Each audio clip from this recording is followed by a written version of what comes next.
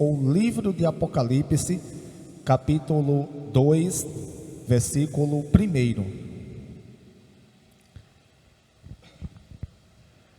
São apenas 7 versículos,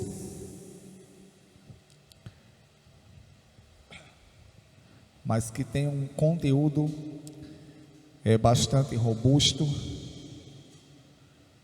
onde iremos aprender bastante.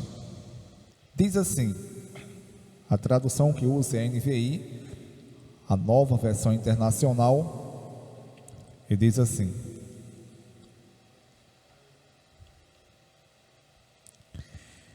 ao anjo da igreja em Éfeso, escreva: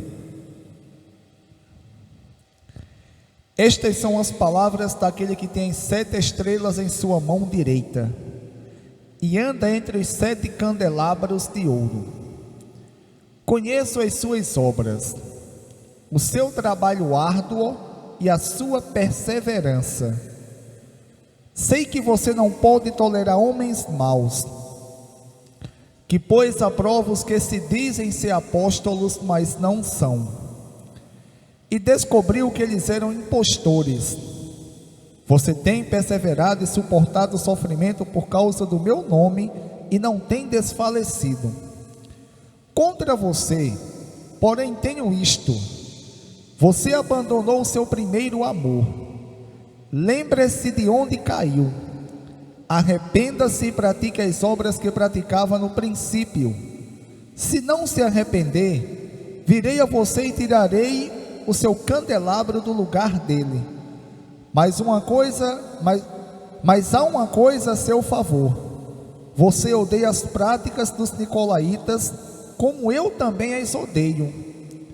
Aquele que tem ouvidos, ouça o que o Espírito diz às igrejas. Ao vencedor darei o direito de comer da árvore da vida, que está no paraíso de Deus.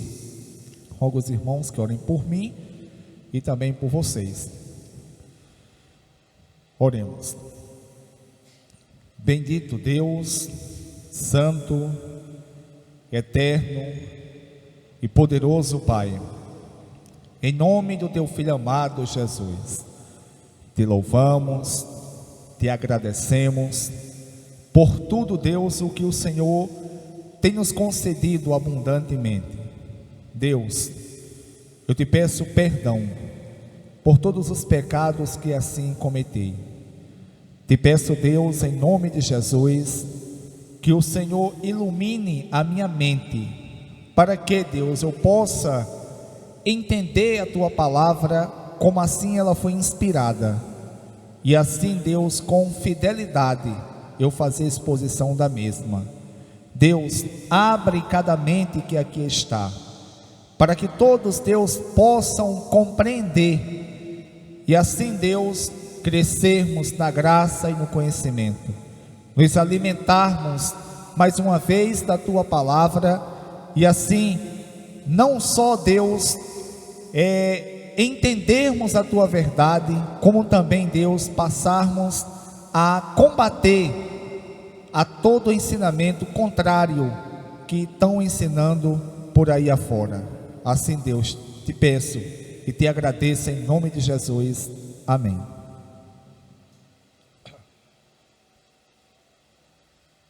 Irmãos, como os irmãos bem me conhecem, em relação a pregar a palavra de Deus, eu não sou muito de me deter em introdução, até porque acredito que os irmãos lembram, se não me engane, na congregação da Torre, acho que não tem tanto tempo, eu fiz a exposição desta carta, desta epístola, desta carta, e portanto, nem naquela ocasião me detive muito em explicar a introdução. Éfeso era uma cidade portuária, era a principal cidade da Ásia Menor. Era uma cidade que, com o passar do tempo, ela se tornou o quartel-general do cristianismo, ou seja, a sede da igreja que outrora ela tinha sido em Jerusalém.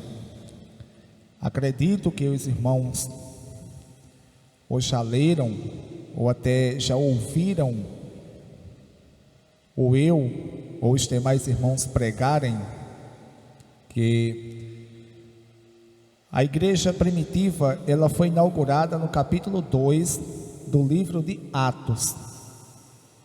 E como a maioria dos irmãos ali, eles eram judeus, ali a sede da igreja em Jerusalém, a sede da igreja primitiva era em Jerusalém. Com o tempo depois, a sede passou a ser em Antioquia. Isso a gente vai ver em Atos capítulo 11, ou de Atos capítulo 11 em diante. Até Atos capítulo 11 não, mas com o tempo, em Atos capítulo 11 faz a menção dos cristãos em Antioquia, que já estava crescendo o evangelho. Ela veio se tornar, depois disso aí, a sede da igreja primitiva. E com o passar do tempo, Éfeso,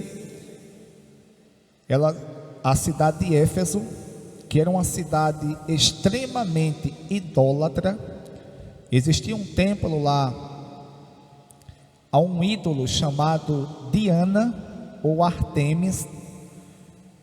E o apóstolo São Paulo, quando pregou aqui pela primeira vez, as pessoas ficaram muito furiosas com ele, porque Paulo ele tinha pregado e muitas pessoas tinham convertido-se a Cristo, exatamente por conta da mensagem santa que o apóstolo São Paulo assim ele pregou. Irmãos, essa cidade, ela era uma cidade bastante movimentada, e como nós conhecemos os apóstolos, eles usavam a inteligência para pregar o evangelho. Eles escolhiam uma cidade bastante movimentada, pregavam o evangelho, e desta cidade o evangelho se espalhava pelas demais regiões.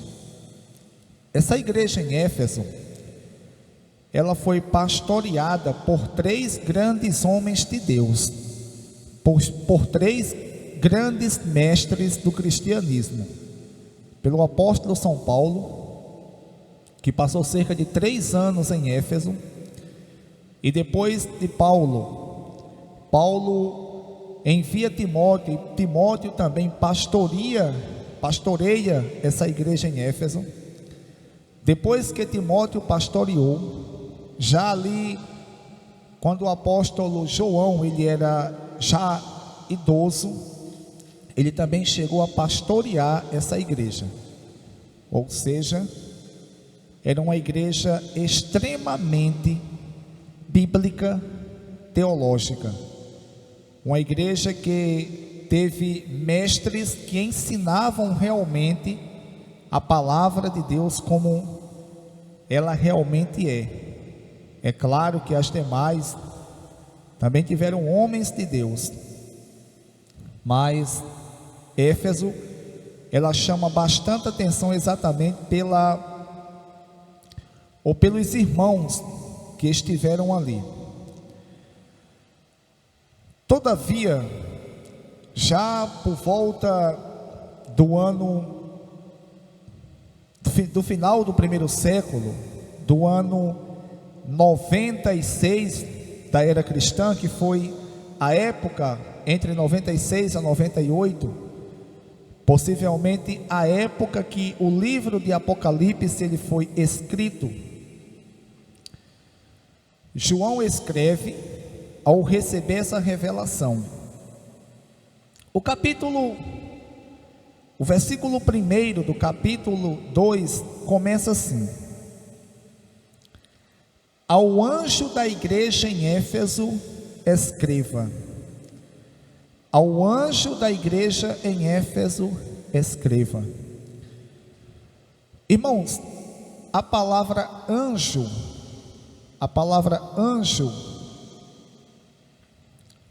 no idioma que foi escrito o Novo Testamento, que foi o grego kaionê, ela tem um sentido de mensageiro. Portanto, a maioria dos estudiosos da Bíblia, dos teólogos, inclusive nós entendemos que quando o versículo 1 diz assim, ao anjo da igreja em Éfeso, ele está se referindo ao pastor da igreja em Éfeso. Jesus aqui envia essa carta ao pastor da igreja em Éfeso.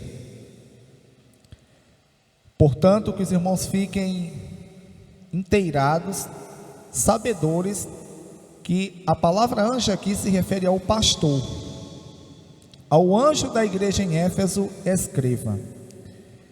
Estas são as palavras daquele que tem 7 estrelas em sua mão direita, e anda entre os 7 candelabros de ouro.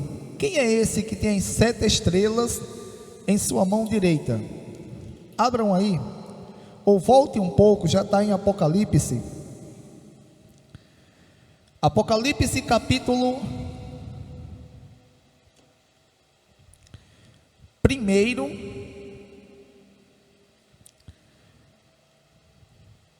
versículo 12, diz assim: voltei-me para ver quem falava comigo. Voltando-me, vi 7 candelabros de ouro, e entre os candelabros alguém semelhante a um filho de homem, ou seja, alguém semelhante a Jesus, com uma veste que chegava aos seus pés, e um cinturão de ouro ao redor do peito. Sua cabeça e seus cabelos eram brancos como a lã, tão brancos quanto a neve, e seus olhos eram como chama de fogo. Seus pés eram como bronze numa fornalha ardente, e sua voz como o som de muitas águas. Tinha em sua mão direita 7 estrelas, e da sua boca saiu uma espada afiada de 2 gumes. Sua face era como o sol quando brilha em todo o seu fulgor. Irmãos, ele está se referindo aqui a Jesus. Portanto, o versículo 1 do capítulo 2, que diz, ao anjo da igreja em Éfeso, escreva. Estas são as palavras daquele que tem 7 estrelas em sua mão direita, e anda entre os 7 candelabros de ouro. Quem é que tem 7 estrelas em sua mão direita, e anda entre os 7 candelabros de ouro? Jesus, como nós acabamos de ler. Versículo 2: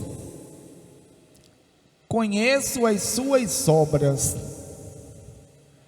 o seu trabalho árduo e a sua perseverança. Irmãos, eu quero logo fazer um adendo aqui. Eu estava, acho que há cerca de pouco mais de 2 anos, eu fui cortar o cabelo, e como de costume, quando eu vou cortar o cabelo, eu gosto de agendar, e chego antes do horário, para não correr o risco de alguém chegar, e assim ocupar a minha vaga. E lembro-me muito bem de quando estava esperando o cabeleireiro, que ele morava ali na rua Travessa Antônio Cosme de Lima, que é a rua ali de Gandu. Eu, sozinho lá, abri o Facebook e fui ver uma pregação de uma pessoa aqui de Riachão. Irmãos, se bem que a pessoa não é de Riachão, mas hoje mora aqui, essa pessoa estava pregando sobre essa carta, e quando ele pegou esse versículo, conheça as suas obras, irmãos, ele fez uma exegese completamente contrária ao que a Bíblia diz. Ou seja, ele começou a dizer coisas que não tem nada a ver com o que está dizendo aqui.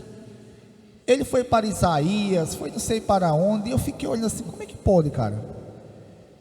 Em apenas 19 minutos que foi a pregação, 19 minutos, ele falou bobagem, que dá para a pessoa combater, eu acho que uma vida inteira. Irmãos, isso na verdade é falta de compromisso para com Deus, porque pregar é uma arte que Deus ele concede a homens que ele chamou para tal. Tem pessoas que não têm essa vocação, ou Deus não vocacionou essas pessoas, mas se eles se dedicarem, eles irão também pregar a palavra. Só eles se preocuparem em entenderem o que a Bíblia diz. Como exemplo está aqui, conheço as suas obras. Jesus dizendo, ele disse que conhecia as obras do pastor dessa igreja. Conheço as suas obras,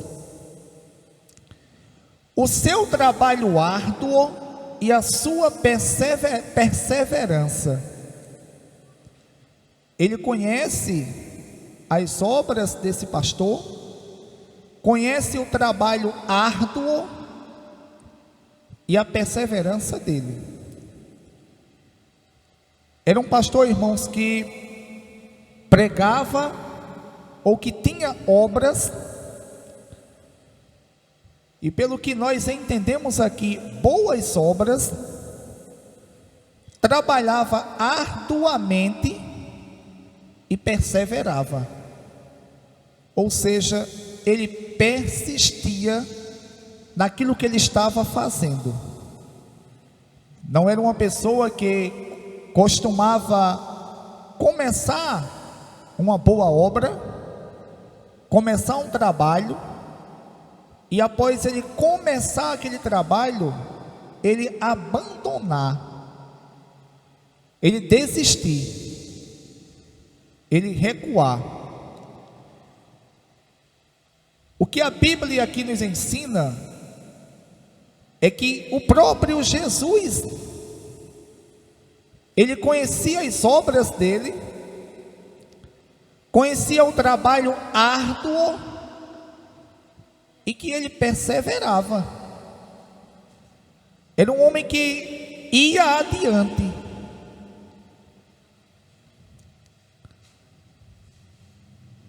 Continuidade. Versículo 2: conheça as suas obras, o seu trabalho árduo e a sua perseverança. Sei que você não tolera homens maus.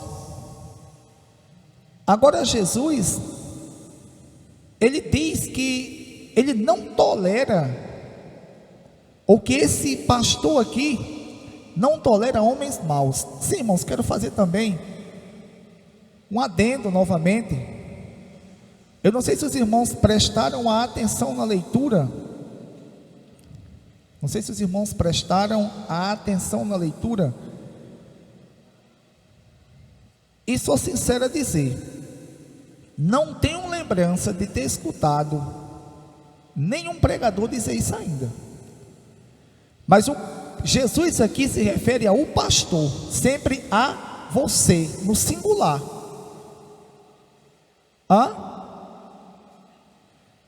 A gente só escuta a igreja, Helenay. A gente só escuta a igreja.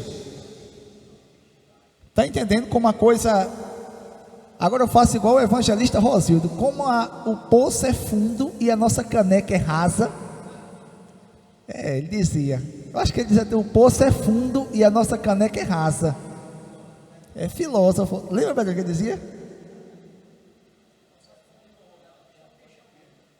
Ah, sim, Petrônio está aqui me corrigindo. O poço é fundo o poço é fundo. O poço é fundo e a corda é curta. Irmãos, então podem prestar atenção que ele se refere aqui a você, sempre a você no singular. Está entendendo? Sempre a você. Conheço as suas obras. Se refere a quem? Ao pastor. Conheço as suas obras, o seu trabalho árduo e a sua perseverança. Sei que você não tolera homens maus. Irmãos, não era toda a igreja aqui, ó, como a coisa é bem mais profunda. Não era toda a igreja aqui que não tolerava homens maus, não. Era o pastor. Ele não tolerava, e acredito também que algumas pessoas que aprenderam ali com ele também não toleravam, não, porque aprenderam com ele.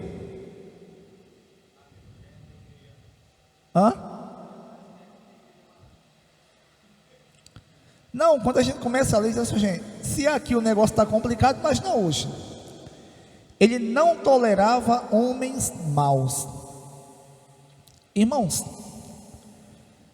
imagina esse homem aqui, esse pastor, esse anjo, esse mensageiro. Ele que tinha boas obras,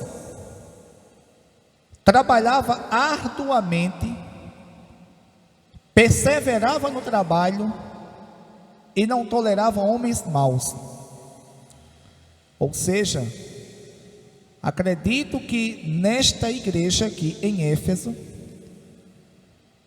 se alguém cometesse uma maldade, se alguém cometesse uma coisa errada, agisse erradamente para com outra pessoa, ele não tolerava, não. Ele, com certeza, ele repreendia, ele não tolerava. Irmãos, é exatamente o contrário que acontece hoje. Porque o que é que acontece muito hoje? Exemplo, se porventura, como eu já vi várias vezes, uma pessoa, ele não tem um poder aquisitivo alto, ou seja, ele não tem muito dinheiro. Se essa pessoa, alguém dessa pessoa, da família dessa pessoa, cometeu uma coisa errada, o pastor, como eu já vi várias vezes, ele tem uma facilidade maior em repreender aquela pessoa e disciplinar. Se porventura aquela pessoa tem um poder aquisitivo bom, considerável, ele tem dinheiro, assim, de uma maneira que ele venha até, além do dízimo, ajudar o pastor em outras coisas, o pastor, irmãos, ele recua muito, não só em disciplinar, mas até mesmo em dizer palavras que desagradem essa pessoa, ou então alguém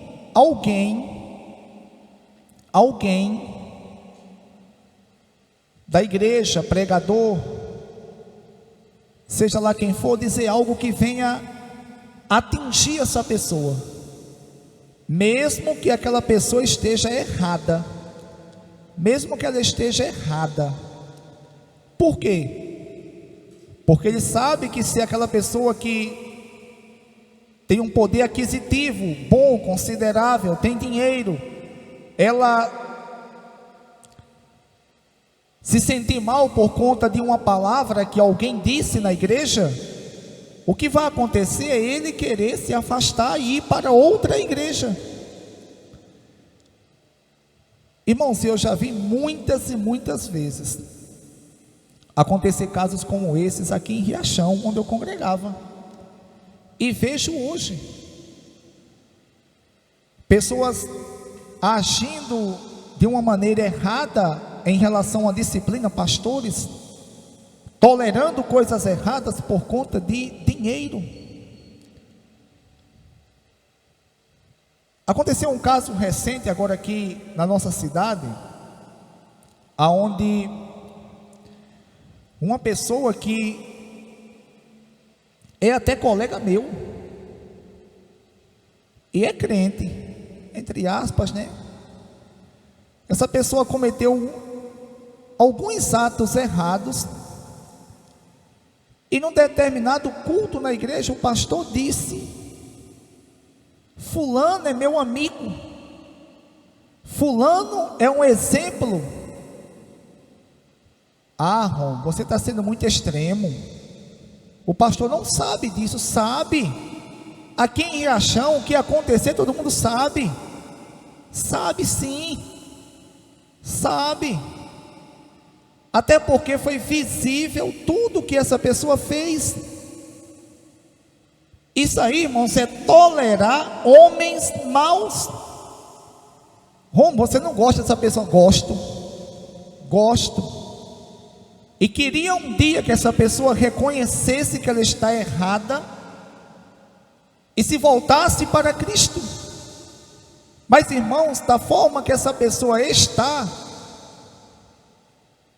e principalmente por conta, tem uma grande parcela de culpa, os pastores, os pregadores que conhecem essa pessoa e quando vão pregar a palavra, e principalmente o seu pastor, ele não expõe as escrituras como realmente é. Ele não chega para essa pessoa e diz assim: você está errado e você tem que ser disciplinado, porque se você continuar desta forma, você vai para o inferno.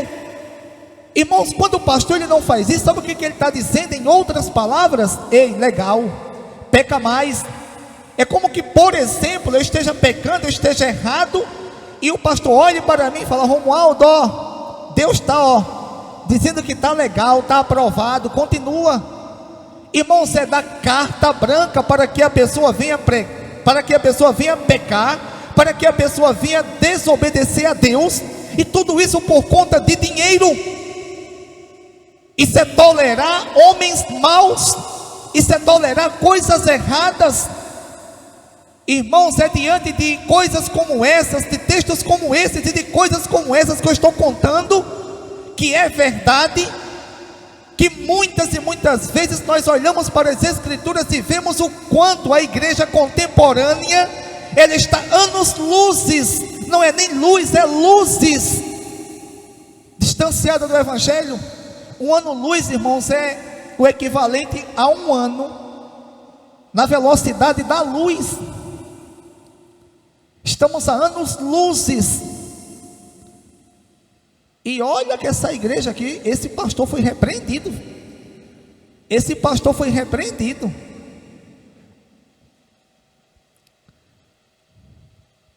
A coisa é mais séria do que o que a gente pensa. É tolerar pessoas maus. Agora, se a pessoa não tem um poder aquisitivo considerável, não seja uma pessoa endinheirada, aí sim. E principalmente se o pastor tiver raiva porque disse alguma coisa com ele, aí o pastor vai lá, ó, faz o que além do normal. Versículo 2: conheço as suas obras, o seu trabalho árduo e a sua perseverança. Sei que você não tolera homens maus, que pôs à prova os que dizem ser apóstolos, mas não são, e descobriu que eles eram impostores. Irmãos, além de ter boas obras, porque por mais que a palavra aqui, boas obras, não tenha, mas nós entendemos pelo contexto quando Jesus diz: conheço as suas obras, e vai citando as obras. Sei o seu trabalho árduo e a sua perseverança, sei que você não tolera homens maus, e que pôs à prova os que se dizem ser apóstolos, mas não são, e descobriu que eles eram impostores. Agora Jesus, ele diz para esse pastor que ele não tolera homens maus, e Jesus sabe disso, e que ele pôs à prova os que se dizem ser apóstolos e não são, e descobriu que eles eram impostores. Ou seja, era um pastor, irmãos, que tinha um bom entendimento das Escrituras. Era um pastor que tinha aprendido, eu não sei se com João, com Paulo, com Timóteo, ou com João, mas era um pastor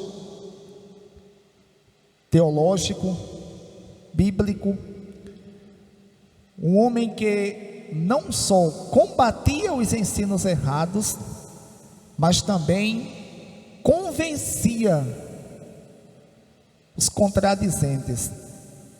Ele colocou a prova os que se diziam ser apóstolos, e descobriu que eles eram impostores. Era um pastor que tinha um bom entendimento das Santas Escrituras. Era um pastor, irmãos, que dedicava-se não só momentos, mas longos tempos em estudar a palavra de Deus. Era um homem que as heresias que surgissem aqui, ele combatia, como ele combateu. Surgiram falsos mestres naquela igreja, e ele descobriu, colocou à prova os falsos mestres, e descobriu que eram impostores, ao contrário de muitos que nós conhecemos hoje, né? Que eles mesmos são falsos mestres, que eles mesmos proíbem as pessoas estudarem as Escrituras, e por causa disso, as heresias, os ensinos heréticos, errados, eles reinam dentro da igreja. Esse pastor era um homem que estudava as Escrituras, que tinha um bom entendimento, e esse bom entendimento, ele tanto ensinava, como também combatia os contradizentes. Versículo 3: você tem perseverado e suportado o sofrimento por causa do meu nome, e não tem desfalecido. Irmãos, se essa epístola, se esta carta acabasse por aqui, a gente dizia assim: igreja perfeita. Igreja perfeita. Ele tinha boas obras, ele trabalhava arduamente e perseverava, ele não tolerava homens maus, ele pôs à prova os que se diziam ser apóstolos, ou seja, os falsos ensinadores na igreja, e descobriu que eram impostores.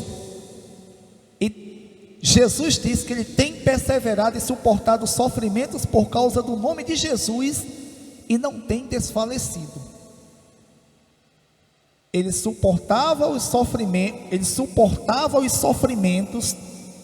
e não desfalecia, e não desistia. Ele perseverava, ele continuava, ele persistia em ensinar, em fazer boas obras, e mesmo em face de sofrimento, ele estava ali, irmãos. Versículo 4: contra você, ou seja, contra o pastor, contra você, porém tenho isto. Contra você, porém tenho isto: você abandonou o seu primeiro amor.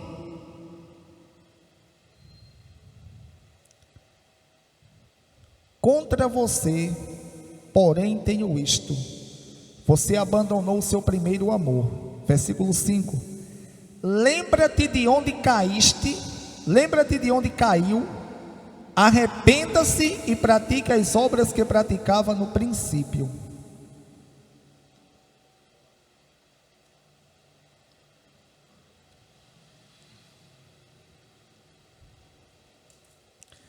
Se não se arrepender, virei a você e tirarei o seu candelabro do lugar dele.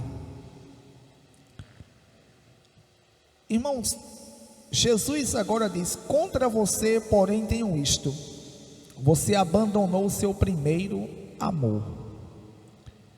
Lembre-se de onde caiu, arrependa-se e pratique as obras que praticava no princípio. Se nós pararmos para analisar tudo o que já foi lido, tudo o que está escrito nessa carta, de início a gente fica pensando: calma aí, esse pastor abandonou o seu primeiro amor? Ele vai lembrar de onde caiu e arrepender e praticar as obras que praticava no princípio? Que obras são essas? Porque esse pastor, o mesmo Jesus disse aqui, versículos anteriores, que conhecia as boas obras dele, o trabalho árduo e a perseverança. Ele não suportava homens maus, pôs à prova os falsos apóstolos, os falsos mestres, e descobriu que eram impostores, e ele perseverava suportando o sofrimento por causa do nome de Jesus, e não desfalecia. Então ele tinha que praticar quais obras agora? Qual era as obras que ele tinha que praticar? O que ele tinha de se arrepender? Irmãos, diante disso, a única conclusão que nós chegamos, li muito sobre essa carta, e cada um fala uma coisa, mas a conclusão que eu cheguei aqui, que é mais coerente às Escrituras Sagradas, é que esse pastor aqui, ele fazia tudo isso, mas a motivação dele fazer tudo isso não era glorificar a Deus, porque boas obras ele tinha. Ele perseverava em ensinar a palavra, no sofrimento, ele praticando boas obras, colocava à prova falsos apóstolos, descobria que eram mentirosos, ele praticava ali, ou perseverava no sofrimento, ou ele estava sempre perseverando, suportando o sofrimento por causa do nome de Jesus, e não desfalecia.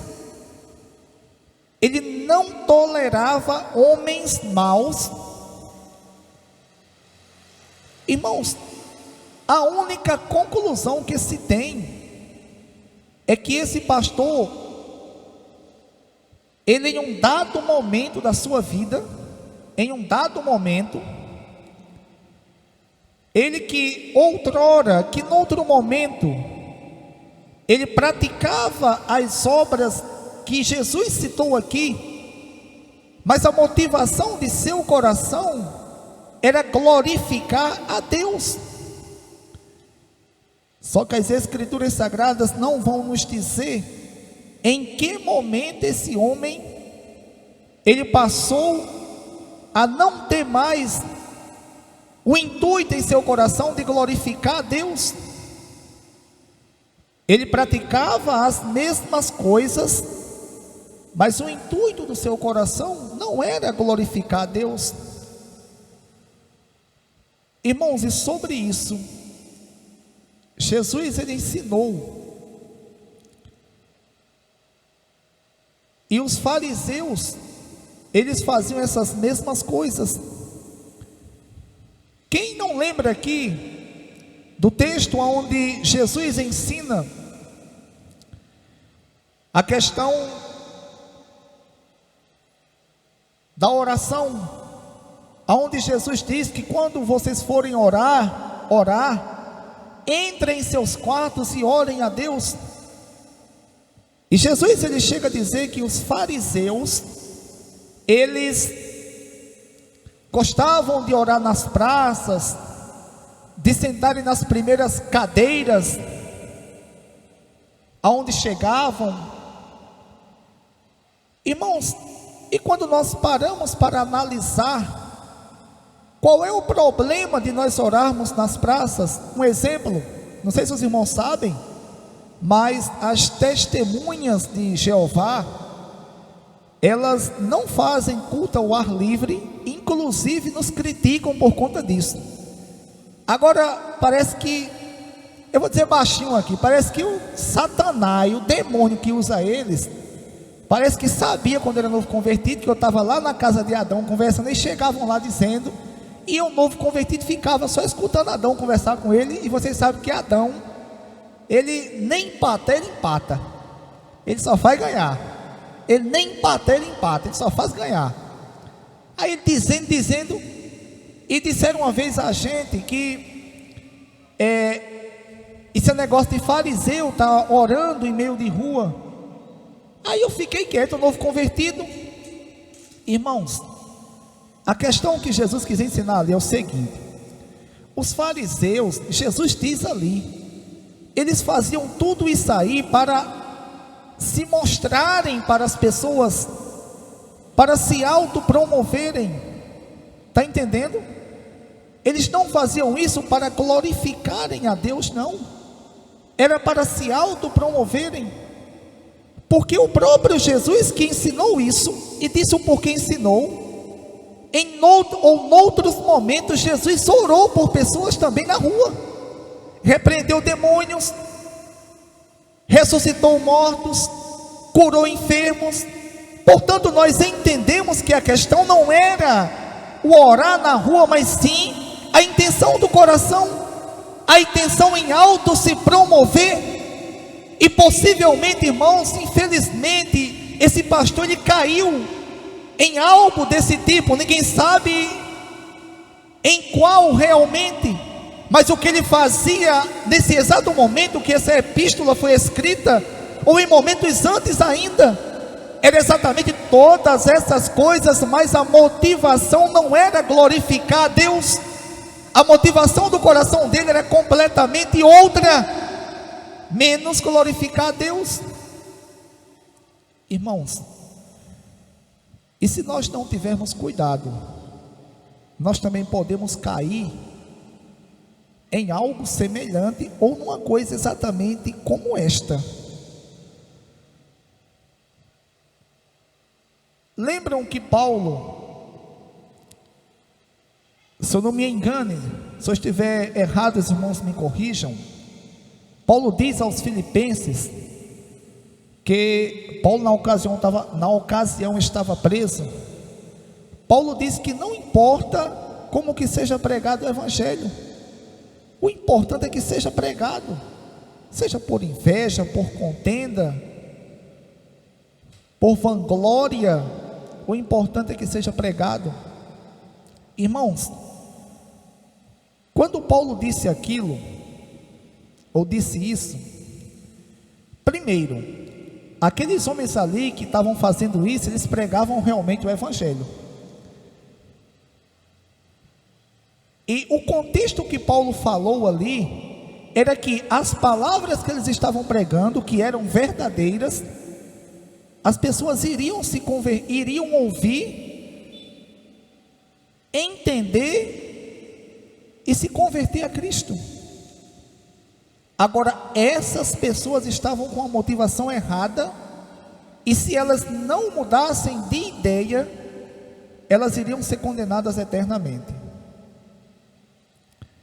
Portanto, a motivação de todo e qualquer cristão tem que ser unicamente glorificar a Cristo. Nós que servimos a Deus, nós podemos praticarmos inúmeras boas obras, pregarmos o Evangelho, cantarmos bonito, sermos pessoas que damos bom testemunho para a sociedade, e como a Bíblia Sagrada nos ensina, nós temos que sermos exemplos no meio dos fiéis. Hoje a coisa está tão complicada, que as pessoas não são exemplos nem no meio dos macumbeiros, nem no meio das pessoas que servem as religiões satânicas. Mas Paulo recomenda que nós temos que sermos exemplos no meio dos fiéis, ou seja, exemplos no meio dos crentes. Mas, irmãos, tudo isso tem que ser para glorificar a Deus. A motivação de nossos corações em sermos exemplos, em pregarmos a palavra de Deus, em cantarmos, em estarmos envolvidos nos trabalhos da igreja, em ofertarmos, em dizimarmos, em ajudarmos uma pessoa que está passando necessidade, em sermos compassivos, termos compaixão das pessoas. A motivação tem que ser glorificar o nome de Cristo. Eu conheço uma pessoa que ela não é crente, ela é bastante conhecida aqui em Riachão,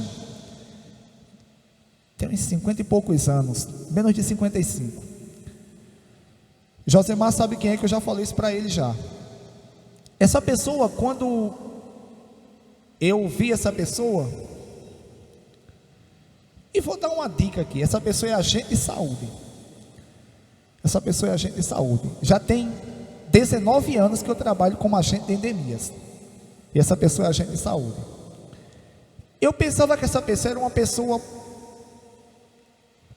não crente, como eu sei que ela não é, mas uma pessoa de um coração enorme, de um coração gigantesco.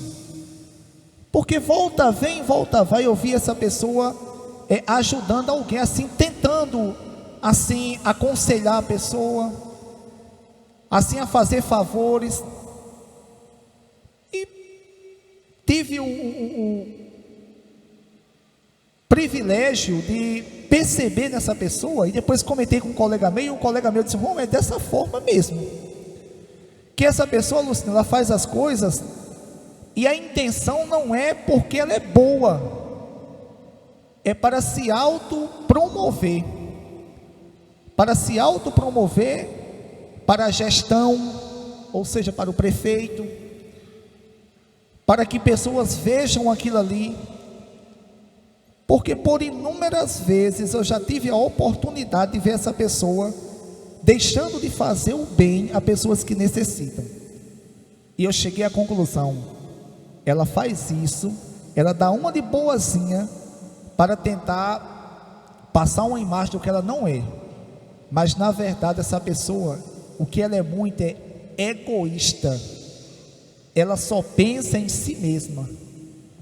Inclusive, em um dado momento do nosso trabalho, essa pessoa chegou para mim.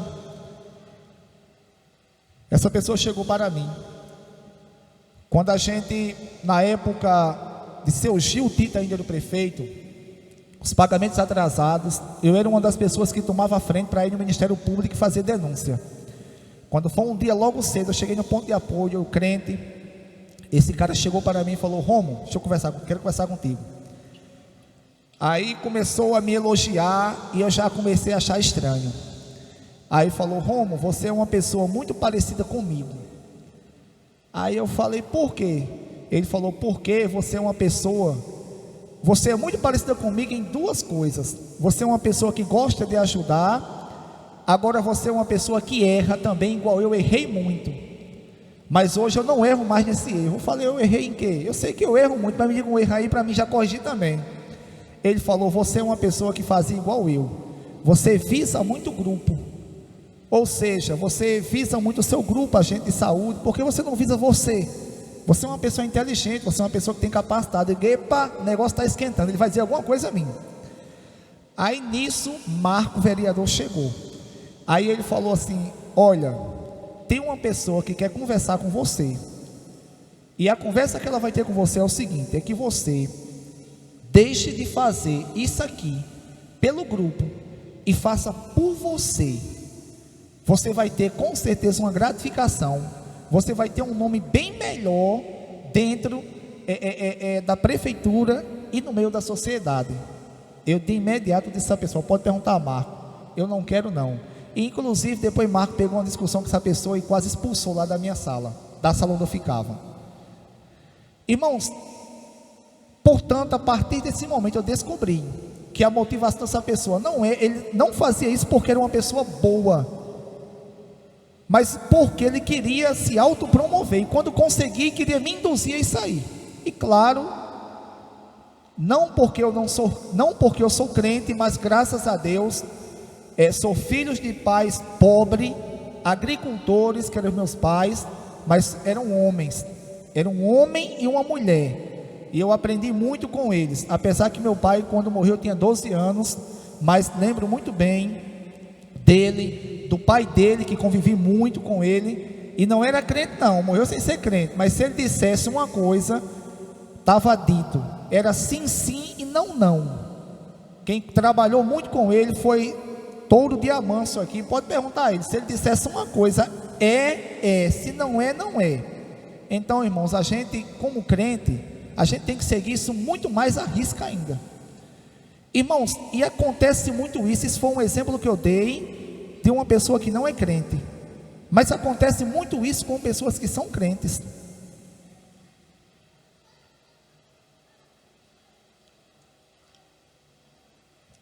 Pessoas, irmãos, que pregam a palavra e o intuito não é glorificar a Deus. O intuito não é. O intuito é se autopromover. É como eu disse aqui, há uns domingos atrás, eu não lembro bem se foi domingo passado ou foi domingo atrasado, que virou moda hoje nas redes sociais, as pessoas postarem a agenda, até pode Mirosmar, tá agora lá, postando o número, pregador tal. Irmãos, as pessoas postando a agenda, me diz uma coisa, o que é que uma pessoa, no meu Facebook, o que é que uma pessoa do Facebook vai querer saber a agenda que eu estou pregando? Aí eu vou postar, eu prego aqui na igreja tal, sabe o que é aquilo ali? É propaganda. É comércio, aquilo é para dizer assim, como eu disse aqui, quando estava pregando, ele prega bem, onde ele pregou? Pregou ali, pregou aqui, pregou acolá, eu vou chamar ele para pregar na minha igreja. Irmãos, e quantas pessoas fazendo isso? Postando a agenda do mês, está aqui minha agenda do mês, é moda. A motivação dessa pessoa é Cristo? A motivação em pregar é Jesus? É glorificar Ele? Irmãos, Teve uma pessoa aqui da nossa cidade que é pregador, que prega em todo canto, e eu fazia na época pós-graduação em teologia em Campina, com Gilberto e Afrânio, e num dado dia essa pessoa fazia bacharel em teologia, e ia comigo no meu carro, e quando foi num dado dia, eu falei assim, quando acabar a aula eu vou passar na igreja sede, na nossa igreja sede ali, nas margens do Açude Velho, e eu vou pegar o material que tem lá, vou pegar as cestas básicas das pessoas que necessitam, e vou pegar também água, que na época eu pegava água lá, hoje eu compro aqui a água e levo a nota para Campina. E quando eu cheguei, parei o carro na frente, tinha até um evento lá, que estavam as igrejas do Pernambuco. Eu sei que a igreja estava super lotada nesse dia, era tarde, e quando eu cheguei lá, esse rapaz olhou assim e falou assim, tu já pregasse aqui? Aí eu falei, não. Mas eu esqueci de dizer a ele que eu tinha sido convidado uma vez para pregar na sede, não fui, no culto de jovens. Por quê? Porque eu ia ensinar na sexta, tinha que pregar no sábado e ia pregar no domingo. E minha garganta já estava para lá de Bagdá, de cansada. Aí eu falei ao presidente da mocidade que não tinha como eu ir, deixasse para outra oportunidade. Só que eu esqueci de dizer isso para ele. Ele falou, mas rapaz, aqui a igreja parece uma nave. E outras vezes, depois daquilo lá, por mais 2 vezes, o pastor Júnior me chamou para pregar lá, e eu preguei 2 vezes. Os irmãos viram eu botando isso nos meus status, e eu poderia colocar no meu status, na nossa igreja sede, mas eu não coloquei isso não, nos meus status não. Irmão, se fosse certos pregadores que tem hoje, por quê? Para dizer, olha onde eu estou, olha a igreja que eu estou. Irmãos, isso é bem claro. A motivação dessas pessoas não é glorificar a Deus. E sem contar que essa pessoa que eu estou citando aqui, ele não prega nada que se aproveite de Cristo. E tantos outros que eu vejo que também não têm entendimento das Escrituras e não pregam nada que se aproveite das Escrituras, só pregam heresia, invencionices, fábulas, mitos, histórias mentirosas, testemunhos ou testemunhos mentirosos. É um evangelho empírico, baseado nas experiências do dia a dia. Mas o que ainda mais me entristece é quando eu vejo homens, que eu até já citei aqui, fazendo isso também, Gilberto. Homens que eu até já citei, homens que por várias vezes eu já parei para escutar ele pregar, e até recomendei, escuta essa pessoa aqui, porque essa pessoa tem uma boa teologia, e essa pessoa também faz isso, não com tanta frequência, mas faz. Irmãos, provavelmente era isso que estava acontecendo na igreja lá. A motivação desse pastor, que era um homem que tinha boas obras, e Jesus que disse, aqui não foi ele que se auto-identificou e falou, eu tenho boas obras, não. Foi Jesus que falou, conheço as suas obras, eu sei que você não tolera homens maus, eu sei do seu trabalho árduo e da sua perseverança, eu sei que você odeia os nicolaítas, que você colocou à prova os falsos apóstolos e os encontrou em falta, como uma tradução diz, ou seja, descobriu que eram mentirosos. Mas o que Jesus tinha contra ele é que ele tinha abandonado o primeiro amor. Ou seja, provavelmente esse homem aqui fazia tudo isso e a motivação não era Cristo. A motivação não era Cristo. A motivação era qualquer outra menos Cristo. Irmãos, e quantas pessoas têm caído exatamente neste pecado?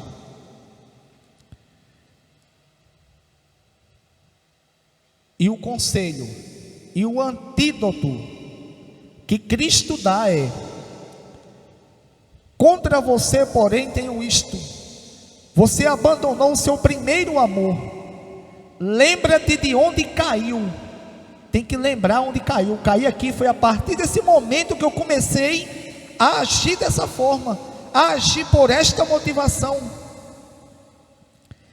Arrependa-se e pratique as boas obras que praticava no princípio, porque se não se arrepender, virei a você e tirarei o seu candelabro do lugar dele. Irmão, se não se arrepender, Jesus virá e tirará o candelabro do lugar dele.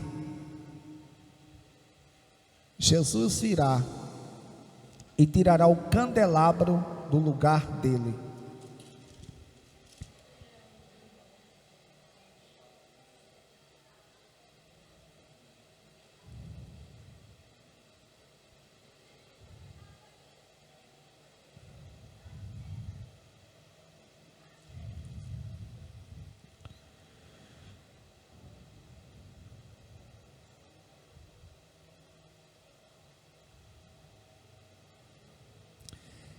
Apocalipse capítulo 1, versículo 19 diz: escreva, pois, as coisas que você viu, tantas presentes como as que acontecerão. Este é o mistério das 7 estrelas que você viu na minha mão direita e dos 7 candelabros. As 7 estrelas são os 7 anjos das 7 igrejas, e os 7 candelabros são as 7 igrejas. Ou seja, quando Jesus diz aqui: se não se arrepender, virei a você e tirarei o seu candelabro do lugar dele. Sabe o que Jesus quis dizer? Se você não se arrepender, como você é pastor dessa igreja, essa igreja não terá mais parte comigo. Porque o candelabro aqui é a igreja, como a gente leu. Irmãos, e quantas vezes eu tenho dito a pessoas aqui em Riachão que a igreja, que a Deus não é submisso, a igreja não. A igreja que tem que ser submissa a Deus.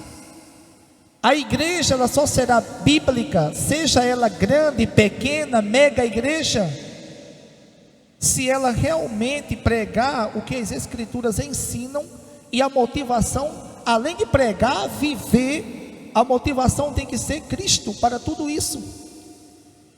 Se ela, irmãos, não fizer, ela não passa de uma igreja que um dia abandonou o seu primeiro amor.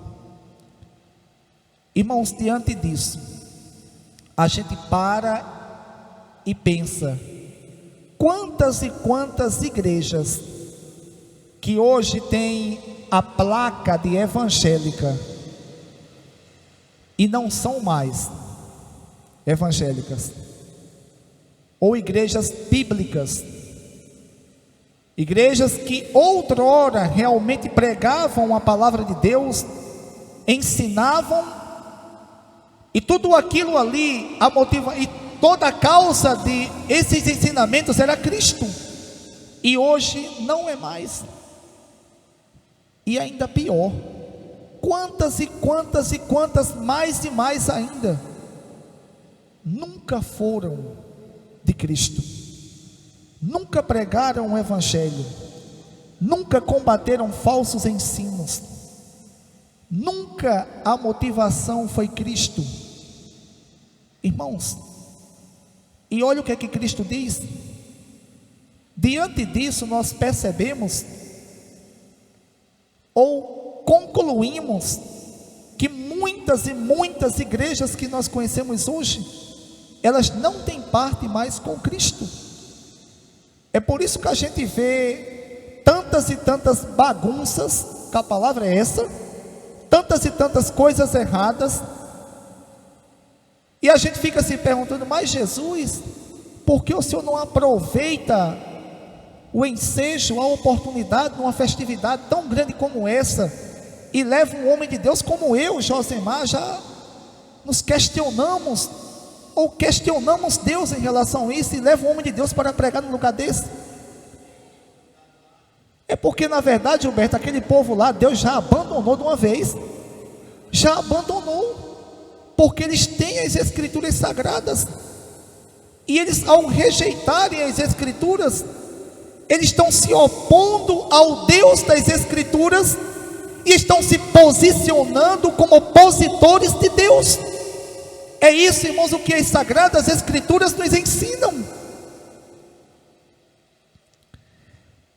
Se não se arrepender, virei a você e tirarei o seu candelabro do lugar dele. O interessante também é que Deus não diz, a igreja aqui está fria, vamos fazer aviva Riachão, um impacto Riachão, vai ter um impacto Riachão, o impacto jovem, vamos fazer aqui uma campanha, o aviva o Riachão em chamas. Não, é simples, arrependa-se,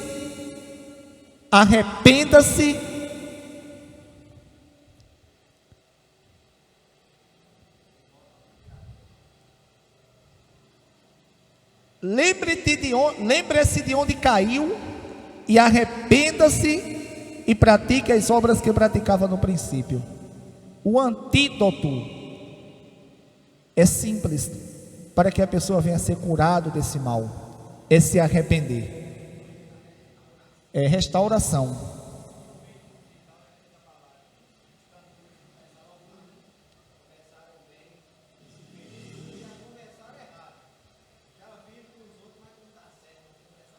É errado. Vamos embora. Versículo 6. Mas há uma coisa a seu favor: você odeia as práticas dos nicolaítas, como eu também as odeio. Irmãos, esses nicolaítas, muitos teólogos acreditam que possivelmente sejam discípulos de um homem que foi consagrado a diácono no capítulo 6 de Atos, chamado Nicolau. Muitos estudiosos acreditam que possivelmente seja discípulos desse homem, que esse homem, que na época que foi consagrado em Atos capítulo 6, podem conferir, ele foi consagrado a diácono, um homem chamado Nicolau. Ele tinha um bom testemunho, um homem cheio do Espírito Santo, tinha sabedoria, mas possivelmente ele desviou-se do caminho e, portanto, criou esse segmento herético, e muitos acreditam que esses nicolaítas são discípulos dele. E Jesus diz ao anjo dessa igreja, ao pastor: mas há uma coisa a seu favor, você odeia as práticas dos nicolaítas, como eu também as odeio. Irmãos, mais uma coisa que esse pastor tinha a favor dele: ele odiava as práticas dos nicolaítas, ou seja, ensinamentos errados na igreja. Ele combatia e odiava, como Jesus também odiava. Então fique bem certo, essa veio quentinha agora do céu, veio quentinha. Jesus odeia ensinamento errado na igreja. Quem está dizendo aqui é ele, é Jesus, ele odeia. Então logo a gente fica pensando: ô Jesus, e essas igrejas? Ele disse aqui: odeia os ensinamentos. Se não se arrepender, não tem parte mais com ele. Versículo 7, para concluir: aquele que tem ouvidos, ouça o que o Espírito diz às igrejas. Ao vencedor darei o direito de comer da árvore da vida que está no paraíso de Deus. Ao vencedor darei o direito de comer da árvore da vida que está no paraíso de Deus. Irmãos, alguns teólogos, eles acreditam que lá na eternidade, baseados no livro de Apocalipse, capítulo 22, aonde, deixa eu ver se é 21 ou 22.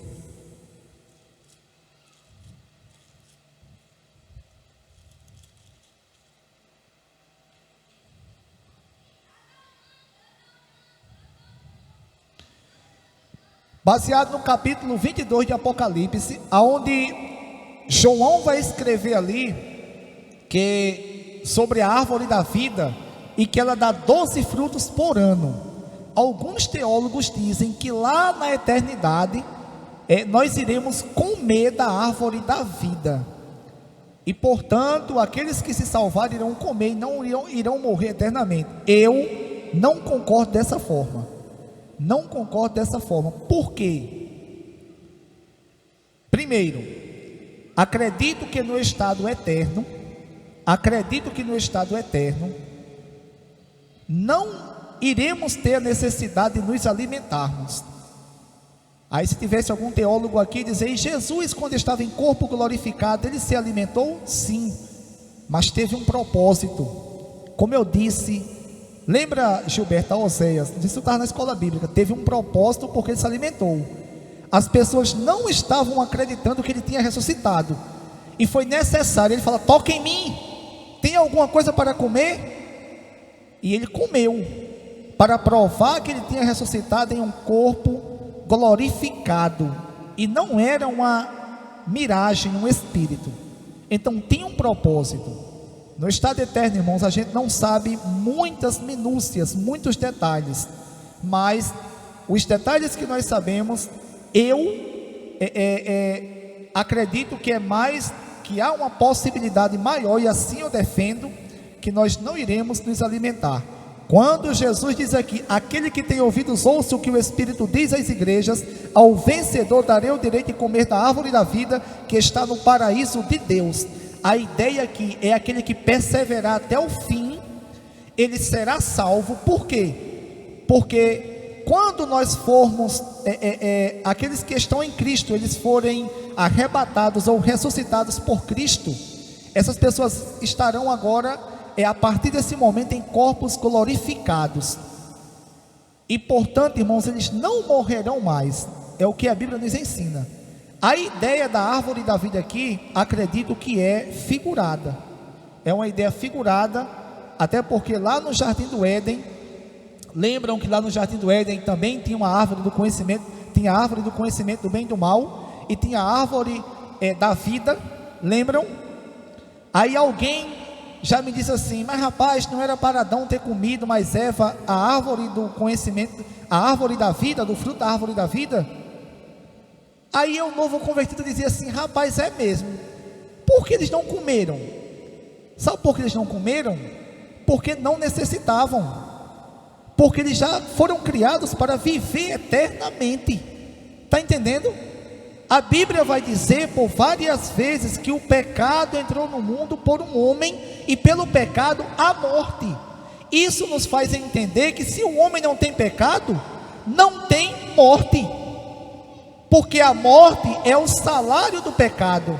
Como no período, no estado eterno, nós não estaremos mais em um corpo limitado ou fracassado ao pecado, não teremos necessidade de comer mais da árvore da vida, porque estamos em Cristo.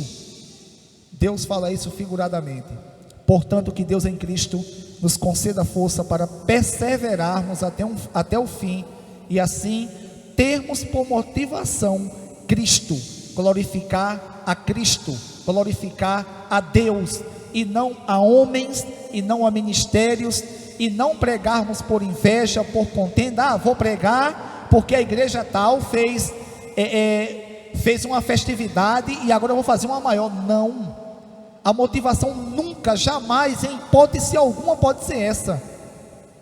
Vou pregar porque eu não gosto de fulano, e fulano também não gosta de mim, e eu vou mostrar para fulano que eu sou um homem de Deus. Nunca, jamais a motivação pode ser essa. Se alguém não gosta de mim, que Deus em Cristo abençoe essa pessoa, e que ela se arrependa dos pecados, e que eu venha pregar o Evangelho para glorificar a Cristo, e não para se autopromover. Vou pregar para me mostrar para o pastor Bosco que eu sou um homem de Deus. Não, vamos pregar, vamos evangelizar, vamos praticar boas obras, vamos perseverar até o fim para glorificar a Cristo, para mostrarmos que temos Cristo, que servimos a um Deus todo-poderoso que nos salvou e que um dia irá nos buscar. Essa tem que ser a nossa motivação. Que Deus em Cristo continue nos guardando poderosamente.